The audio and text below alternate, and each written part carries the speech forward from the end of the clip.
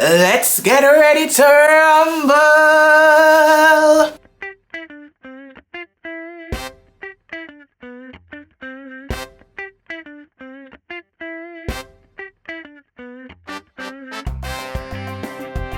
Hey Stitches, your girl Kris here. Welcome back to my channel. And for today's video, we have another pattern battle. So if you have no clue what I'm talking about, for episode 1 of Pattern Battle, I shared with you a pattern battle with Diana of 26 by Diana, and we featured pin tuck wide leg trousers. So in case you missed it, I'll go ahead and pop the video in right here. You can run over and have a look at that one, but make sure you watch this one first. Now, the purpose of the pattern battle is to choose another sewist and to select a category of pattern that we want to both sew up. Now, today's pattern battle is all about button-down shirts. And I have obviously a special guest with me today, and her name is Simone. You can find her over on Instagram at Simone Sews. So let's meet Simone. Hi everyone. I'm Simone from Simone Sews, and you can find me on Instagram at Simone Sews. It's such a pleasure to be collaborating with Kris today, and I'm going to share my review of the shirt that I made recently. Alright, so now that you've had a chance to say hello to Simone, let us now talk about the patterns that we picked under the button-down shirt category.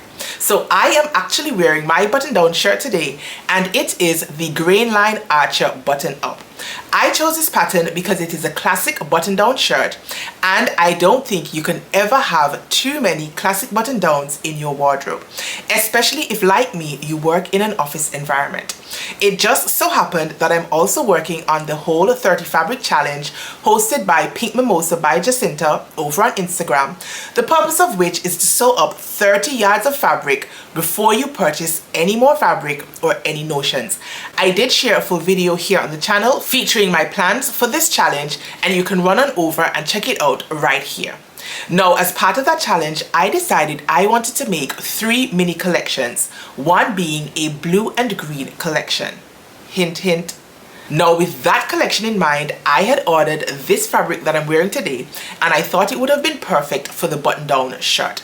And so when I was going through my pattern stash and trying to decide which button-down shirt I wanted to choose, I went with the Grainline Archer. Of course, I also spoke about this pattern recently enough here on the channel.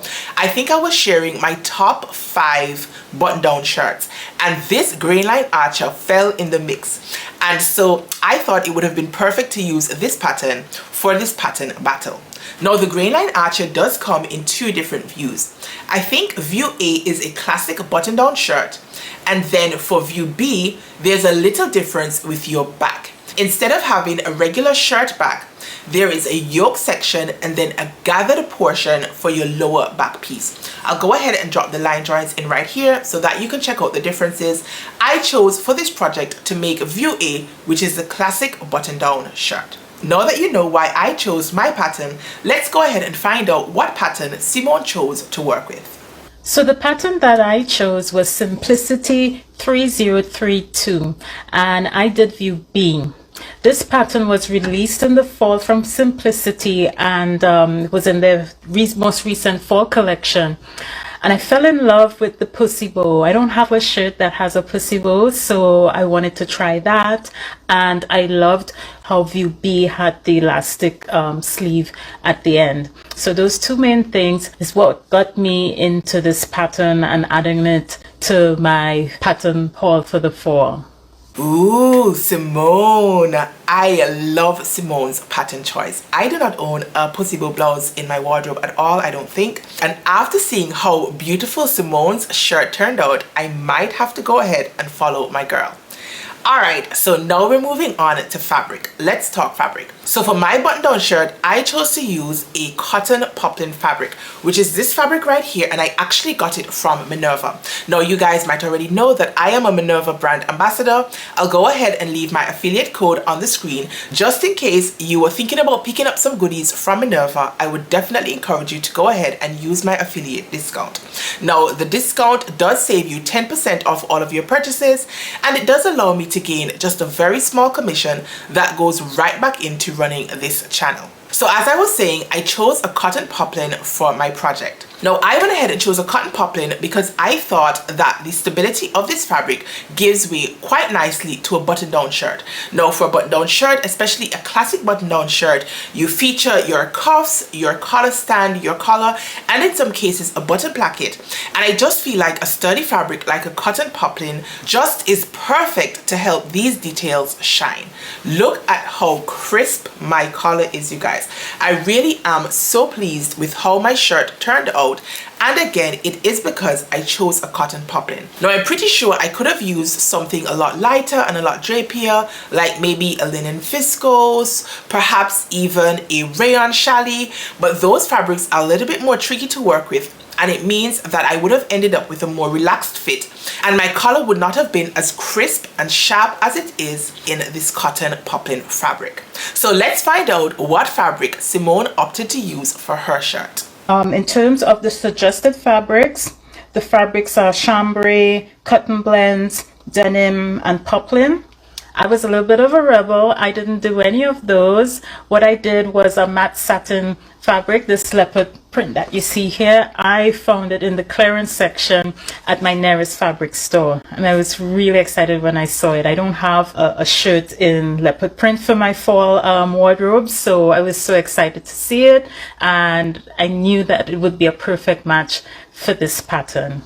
Guys, you know how I feel about animal prints. I love me a good animal print, and I really am in love with Simone's fabric. I cannot believe that she scored that fabric on clearance. For those of you who live in big cities and have access to fabric stores, make sure to check out all of those clearance bins, because you might just find yourself something amazing like Simone did. Alright, so we know what patterns we're using, we know what fabrics we're using. Let's talk about sizing. Now the Grainline Archer comes in two different size bands. The size 0 to 14, which has been drafted for a B cup, and then a 14 to 32, which has been drafted for a D cup. Now I like that the Archer comes in such an extended size range, but I do think that the downside is that you would have to purchase both size bands separately if in case you needed to. Let's say for example that you're a size 6 but you have a D cup, it means that inevitably you're gonna have to go ahead and do a full bust adjustment. Or if you're a size 18 but you're a B cup, then you might have to do a small bust adjustment. Whereas if all of the sizes and both cup options were included in the one pattern envelope, I think that that would have given this pattern a little bit more edge. But I do respect that as a designer and as a pattern company or whatnot, you still have to make money, and so perhaps it was a strategic decision by Grainline Archer just to divvy up the size bands into two separate size bands and two separate cup options. Now I purchased the 0 to 18 size band with the B cup. Now I am a C cup, and so you already know what that means, but I'll tell you a little bit more about that as we continue this video. So as I said, I purchased a size 0 to 18, and I decided to trace off a size 12 at the shoulders and the neckline, blended out to the 14 at the bust, waist, and hips. Even though I have blended out, I did go ahead and make some modifications to my pattern. But before I tell you about those modifications, let's check in with Simone and find out what size she chose to sew up. So this pattern ranges from size 8 to 26, and I sewed size 12. All right, folks, let's talk about one of my favorite topics, modifications. I am an advocate for modifying your patterns to fit your body. Notwithstanding that you have chosen your correct starting pattern size, I still think it is imperative to go ahead and perform some fit adjustments just to tweak the fit of the pattern to your specific body. Now, no matter how good a pattern is, it cannot realistically account for every different body type. You and me might be the same size at my bust, waist, and hips, but it doesn't mean that our proportions are the same. And you'll be very surprised at just how a simple adjustment such as raising your waistline can affect the entire fit of your garment. So for my modifications, I went ahead and did a 1/2 inch full bust adjustment. As I said, this pattern size has been drafted for a B cup. I am a C cup, and so I did a 1/2 inch full bust adjustment. I also did a 1/2 inch sloping shoulder adjustment because, you guys, your girl just has terrible posture, and it means that the angle of my shoulder is often more sloped than patterns, and that was the case with the Grainline Archer, and I had to go ahead and adjust the slope downwards by 1/2 inch. I also went ahead and removed a 1/4 inch in the bodice front only between the shoulder and the bust line, and that has the effect of rotating my garment forward. I do have forward rotated shoulders, and without this adjustment I find that my shirts often slip towards my back and the neckline gapes away from my back neckline. And so once I perform this adjustment, it means that my shirt now fits right where it should at my shoulders and my neck point, and it doesn't ride towards my back. Now, in addition, I went ahead and shortened my waistline by 1/2 inch just because I am quite short-waisted, and I find that adjusting the pattern upwards at the waistline by 1/2 inch just makes for a better fit along the waistline area. I also went ahead and did a 1/4 inch sway back adjustment, and I did lengthen my sleeves by 1 inch and also rotated my sleeves a 1/4 inch towards the front just to fit in with the adjustment that I made at my front bodice piece. Whew. Lots of adjustments, you guys, but in my mind they were definitely worth it. I'll go ahead and pop a twirl in so that you can see how my shirt looks after I sewed it up with those adjustments, and you can see for yourself just how good my shirt looks on. Alright, I have shared my modifications. Let's find out if Simone made any modifications to her pattern. In terms of modifications, I did make a modification. While I was sewing this shirt, I tried it on and realized that the sleeve was a little too short for my liking. So what I did, I had to unpick it. I took out the 1/2 inch elastic that was required, and I switched that for 1/4 inch elastic, and that gave me a little bit more room. Like, it was just perfect enough for it to feel comfortable for me. But that was the main modification that I made on this blouse. Other than that, no modifications. Alright, moving on, let's talk about constructing these patterns. Now, for the Grainline Archer, I found it quite easy to construct my pattern, and I think that is because I have had a lot of experience constructing shirts and shirt dresses over the 6.5 years that I have been sewing. Now, I did go ahead and film a full sew along on constructing this Grainline Archer, making sure to insert some tips and tricks that I have picked up along the way. Now, I have been editing this video, you guys, and so far it is 2 hours long. It doesn't have the intro and the outro, and so once I include the intro and outro, it might just be just a little bit over 2 hours long. Now, question for you guys. Do you think that I should break up this video into 2 or maybe even 4 parts just to make it a little bit more easily digestible? Now, I find it kind of hard to imagine that you guys will be willing to sit down and watch a 2-hour long video in one haul. I do go ahead and insert timestamps into my videos, and so that is always an option as well, where you can just watch a portion and then leave it and come back and watch some more.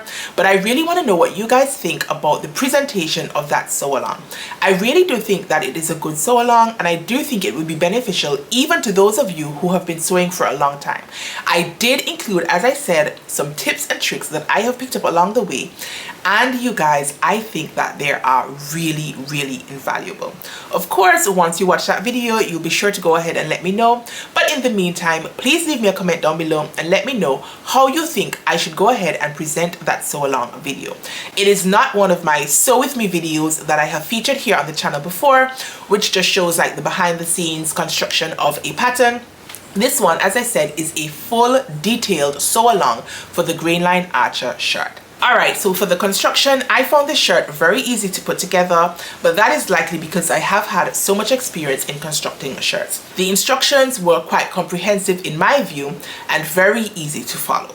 I do also think that Grainline Archer has a sew along series over on their channel where they have broken down each of the steps and sharing with you step by step how to construct the different portions of this pattern. So you're free also to go ahead and give those videos a watch. I think those are in a playlist format, and if I'm not mistaken, they were split up into days, I think, and might have spanned about 2 or so weeks. So lots and lots of resources with helping you construct the Grainline Archer.